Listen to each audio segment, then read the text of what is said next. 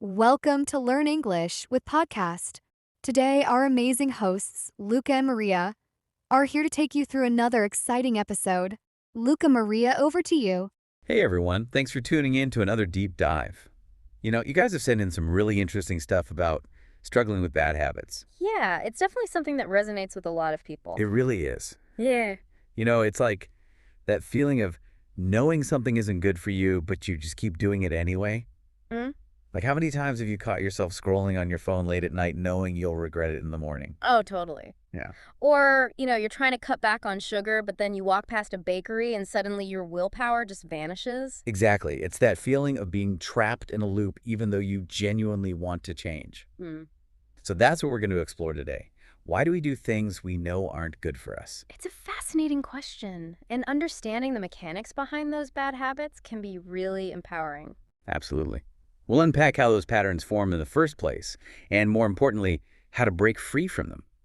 And hey, before we get into it, creating these deep dives for you guys takes a lot of work. So if you're finding this valuable, please hit that like button, share it with someone who might benefit, and subscribe to the channel so you don't miss out on future explorations. Now think about a habit you've been trying to kick. What makes it so hard to let go? That's a great question to keep in mind as we dive in. Let's start by looking at how these habits actually take root. It's like when your alarm goes off in the morning and you find yourself reaching for your phone before you're even fully awake. Yeah, and the next thing you know, half an hour has gone by. It's like our brains are on autopilot. And a big part of that is how we associate these habits with comfort or a way to de-stress. Right. Like reaching for that comfort food after a long day. Yeah. It's not always about actual hunger, is it? Not necessarily. It's more about that emotional connection that's formed over time. Your brain starts linking stress with the temporary relief you get from that food. It's like it learns that this action leads to a positive feeling, even if it's fleeting. And there's a chemical component to this, right? Something about dopamine. Exactly. Dopamine is a neurochemical that plays a big role in pleasure and reward. So when you engage in a habit that brings you comfort, even if it's unhealthy, your brain gets a hit of dopamine, which reinforces that behavior. So in that moment, it's not about what's good or bad for us in the long run. It's about that immediate reward. Precisely. Our brains are wired to seek pleasure and avoid pain. So if something offers a quick dopamine rush or helps us escape from something unpleasant, our brains are going to prioritize that, even if it leads to negative consequences later on. So that explains the initial pull. But then why is it so hard to break free from those instant rewards, even when we know they're not serving us in the long run? That's where the real battle lies. It's that constant tug of war between wanting immediate relief and knowing that long-term pain might follow. You might know that going for a walk would make you feel better, but in that moment, the couch seems way more appealing. It's like our brains have these well-worn paths Yeah, that make those less helpful habits the easiest to follow. exactly. Those neural pathways associated with those instant gratification behaviors are often stronger than the ones connected to delayed rewards. And then there's the discomfort that comes with trying to change a habit. Oh, yeah. That's a big one. Like when you try to cut back on caffeine, you get those headaches. Exactly. Those initial days or weeks can be rough. You might experience physical withdrawal cravings or just a general sense of unease. And unfortunately, a lot of people misinterpret that discomfort as a sign of failure. When in reality, it's just your body adjusting to the new pattern, right? It's part of the rewiring process. Precisely. And then to make matters even more complicated, we have those stories we tell ourselves. The excuses? Oh, the excuses. Those are endless. I'll start Monday. Just this once won't hurt. It's a never-ending cycle. And the more we put it off, the stronger those habits become. And the more frustrated we feel. And let's not forget the impact our environment has on us. That's a huge factor. If you're trying to eat healthier, but your pantry is full of junk food, you're setting yourself up for a struggle. Exactly. Studies have actually shown that just having unhealthy snacks visible can increase how much we eat without us even realizing it. It's like our environment can either support or sabotage our efforts. So we've got this combination of seeking comfort, the brain's desire for instant rewards, the fear of discomfort, our clever excuses and environment all working against us. No wonder breaking bad habits can feel like such an uphill battle. It's a complex interplay of factors, and these ingrained habits can have consequences that go beyond just the immediate downsides. Right. It's not just about feeling guilty or having a little setback. These habits can really impact the things that matter most to us. Think about your aspirations. Maybe you want to write a book or learn a new language. But if your evenings are constantly consumed by unproductive habits, those dreams can get pushed aside. And it affects our self-esteem too. Each time we fail to break a habit, it can chip away at our confidence, making us less likely to try again. Absolutely. It creates this negative cycle, and then there's the toll it takes on our energy. Imagine constantly staying up late because of a bad habit. You're running on fumes the next day, which affects everything you do. And perhaps the worst part is that feeling of being stuck. Yeah. You look back and realize you've been saying I'll change soon for months or even years. It can be so disheartening. It creates this sense of inertia. But the good news is that it doesn't have to be permanent. Understanding these underlying mechanisms is the first step towards breaking free. So now that we understand the why, let's talk about the how. What are some tangible strategies we can use to disrupt these patterns and actually start making changes? One really effective strategy is to leverage your existing routines. Instead of trying to create a whole new habit from scratch, try linking it to something you already do consistently. Like if you want to drink more water, you could put a water bottle right next to your coffee maker. Exactly. You're using that established routine as a cue for the new habit. Similarly, if you want to read more before bed, put a book on your pillow so it's more accessible than your phone. It's all about making the desired behavior easier and more integrated into your daily life. What about when the habit is deeply ingrained, though? How do you even begin to tackle something like that? That's where the power of starting small comes in. We often try to change everything at once, which can be overwhelming and unsustainable. Instead, focus on making tiny, almost imperceptible changes. So instead of saying, I'm never eating junk food again, maybe start with, I'll skip the chips today. Exactly. If an hour-long workout seems daunting, commit to just 5 minutes of stretching. The key is to build momentum through those small wins. Those little victories make the process less intimidating and start building your confidence. And on the flip side, what about making those bad habits harder to engage in? That's another great approach. If you want to curb online shopping, remove your saved payment information from those tempting websites. If you want to snack less while watching TV, don't keep snacks in the living room. It's about increasing the friction, making it more effortful to engage in the unwanted behavior. Does tracking your progress actually help? It can be incredibly motivating. Each time you resist a bad habit, acknowledge it as a win. Even if it's just a check mark on a calendar, seeing your progress can give you a boost and reinforce that you're on the right track. And I imagine it helps to stay motivated, especially when you might not see big results right away.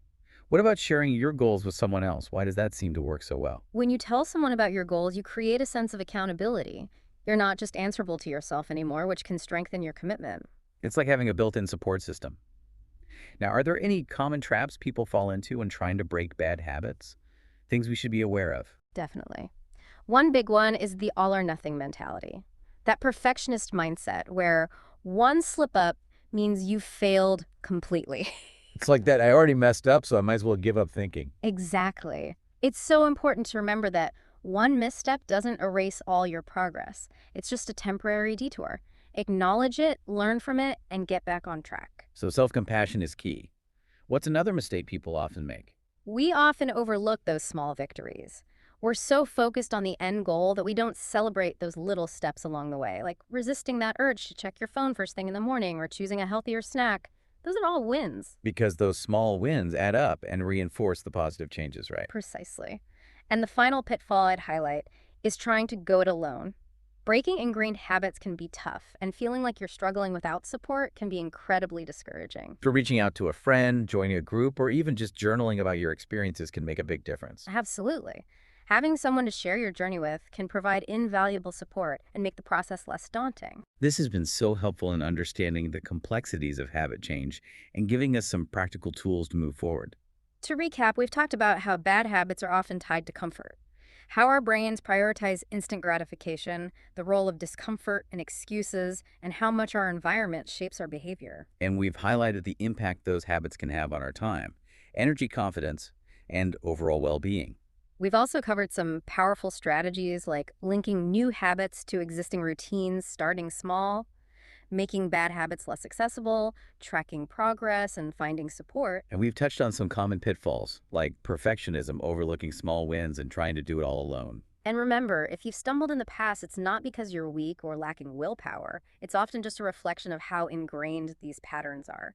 Change isn't about instant perfection. It's about striving to be a little bit better each day. It's those small, consistent choices that truly make the difference. So as we wrap up, think about everything we've discussed today about the forces at play behind our habits.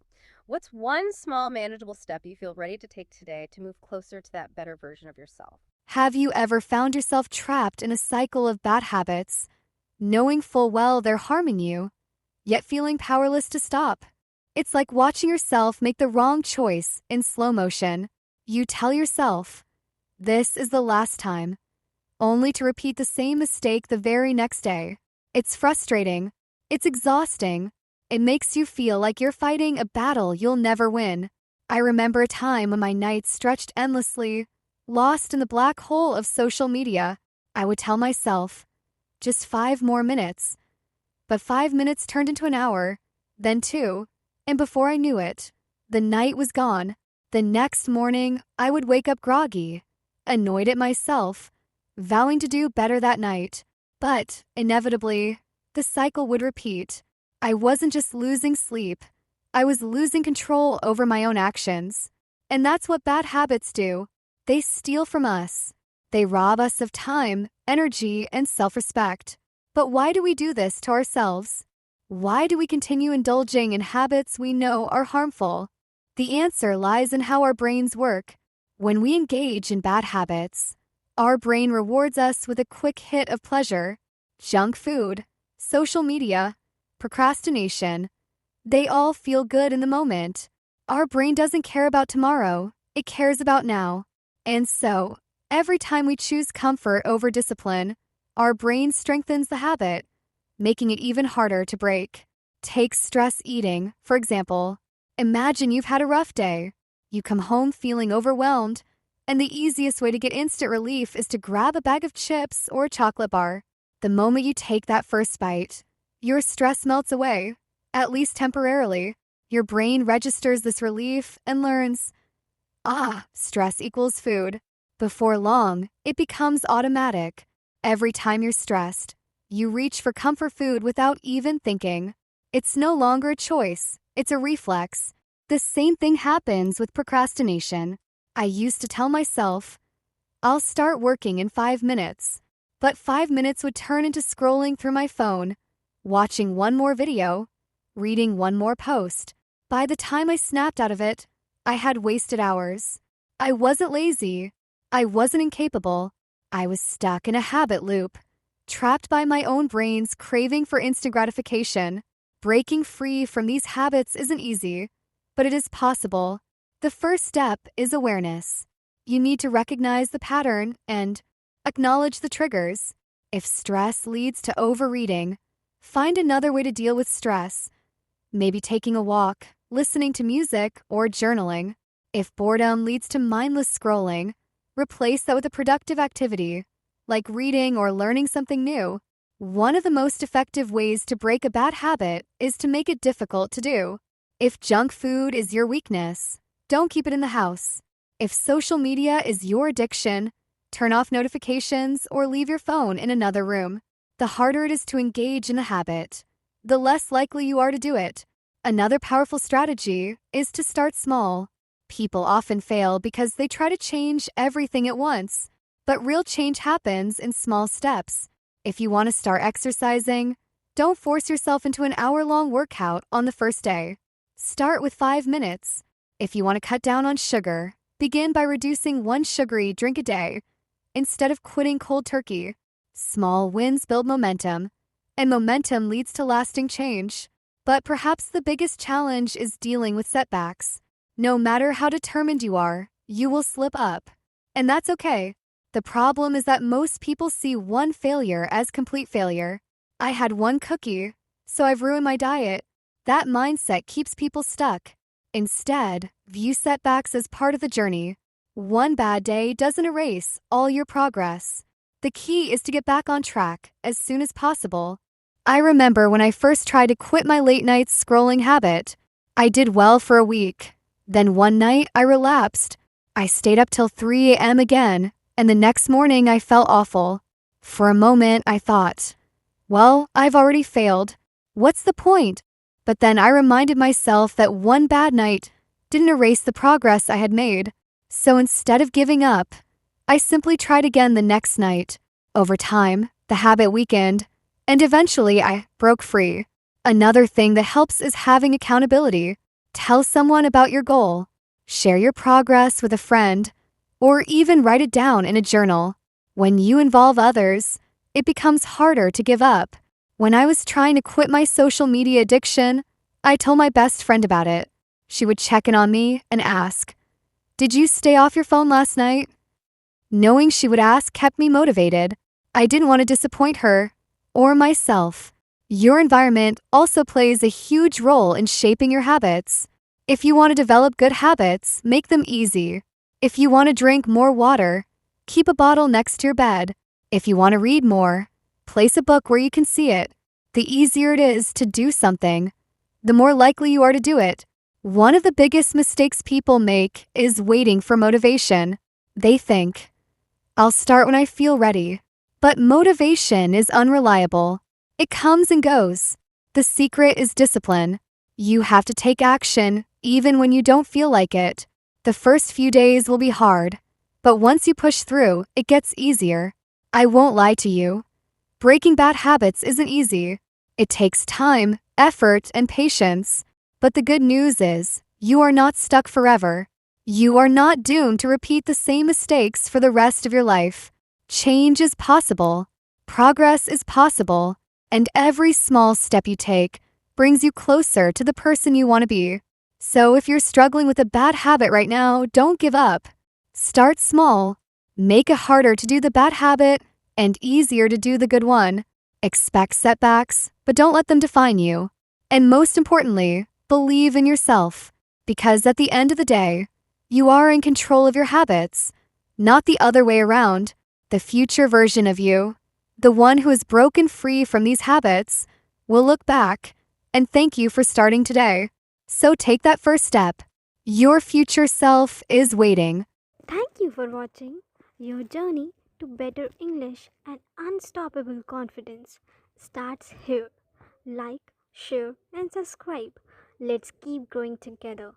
See you in the next video, champion.